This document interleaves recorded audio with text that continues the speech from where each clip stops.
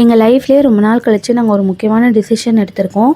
அந்த டிசிஷன் என்ன அப்படிங்கிறத நான் வீடியோ எண்டிங்கில் சொல்கிறேன். ஸோ எப்போ நம்ம புதுசாக ஒரு முடிவு எடுத்தாலும், இல்லை கஷ்டம் வந்தாலும், சந்தோஷம் இருந்தாலும் நம்ம ஃபஸ்ட்டு போகிற இடம் கோவிலுக்கு தான்.